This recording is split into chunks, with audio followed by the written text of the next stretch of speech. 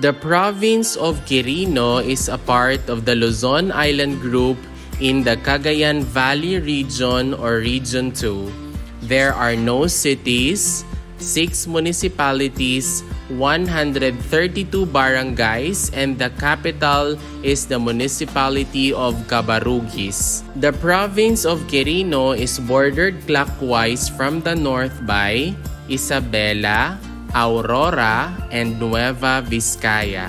The province of QUIRINO has 6 municipalities, which are the municipality of Aglipay with 25 barangays, the municipality of 𝗓𝗓𝗓𝗓𝗓, which is also the provincial capital with 17 barangays, the municipality of Difon with 33 barangays, the municipality of Madela with 32 barangays, the municipality of Nagtipunan with 16 barangays, the municipality of Saguday with 9 barangays.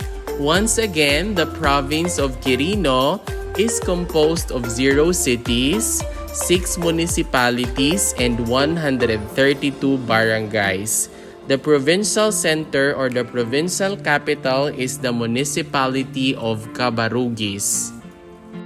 If you learned something new from this video, please don't forget to click like, leave a comment, and subscribe. Moreover, you might also want to watch the next video on the screen. Maraming salamat, thank you for watching, and see you in the next video.